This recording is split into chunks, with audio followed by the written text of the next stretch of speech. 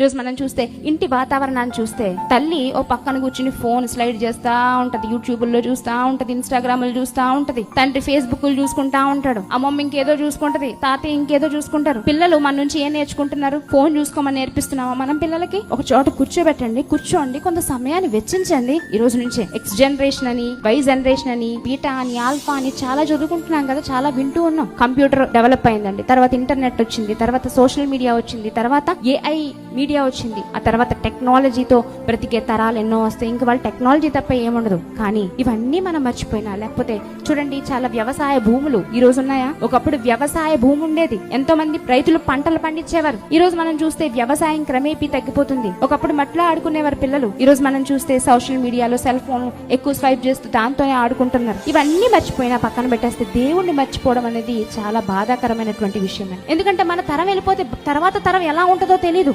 యెహోవాను ఎరుగని ఒక తరము పుట్టెను అని ఉంది బైబిల్ గ్రంథంలో. మన తర్వాత తరాలు ఎరుగని తరాలు అవ్వకూడదండి. గొప్పవారిగా మనం దేవుని దృష్టిలో గొప్ప స్థితిలో ఉండాలి. అటువంటి గొప్ప వ్యక్తిత్వము, క్యారెక్టర్ పిల్లల్లో మనం డిజైన్ చేయాలి.